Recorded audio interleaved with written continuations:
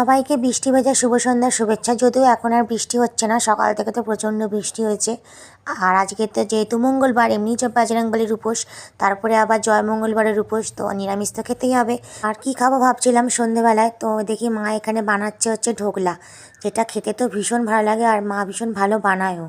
তো যাই হোক, এখানে মা সমস্ত কিছু রেডি করে ফেলেছে। আর আমাদের বাগান থেকে কারি পাতার যে গাছ আছে সেখান থেকে কারি পাতা তুলেও এনেছে, শুধু লঙ্কাটা একটু কম ছিল। তো আমাকে বললো লঙ্কা নিয়ে আসতে গাছ থেকে, সে ছাদের উপরে গাছ, আমাকে যেতে হবে এখন তুলতে। যাই হোক, এটা আমি শেয়ার করছি। এটা এভাবেই বানাচ্ছিলো মা, ভীষণ ভালো বানায়, টেস্টি হয়। তো আমি চটপট করে গিয়ে লঙ্কাটা তুলে নিয়ে আসি গাছে। আজ গাছেও দেখতে পাচ্ছি লঙ্কা নেই, ঝড়ে সব ফুলগুলো ঝরে গেছে। যাই হোক, বেছে বেছে দু একটা লঙ্কা পেয়েছি, তো সেটাই নিয়ে গেছি।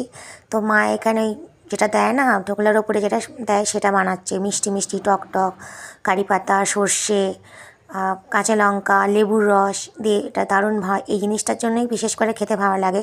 শুধু নারকেলটাই মিসিং, নারকেলটা ছিল না বাড়িতে, আর নারকেল দিলে তো আরও বেশি ভালো হতো। যাই হোক, নারকেল ছাড়াই চলে যাবে, কোনো ব্যাপার না। তো এবার এটা রেডি হয়ে গেছে, এটাও শিরাটা দিয়ে দিচ্ছে। এটা কিন্তু খেতে সত্যি বলছি দারুণ হয়েছে। এখনও রয়েছে, যারা যারা খেতে চাও আমাদের বাড়ি চলে আসতে পারো। দেখো কী সুন্দর হয়েছে, একদম নরম হয়েছে আর দারুণ টেস্ট। চলো ভাই, দেখাবে নেক্সট ভিডিও।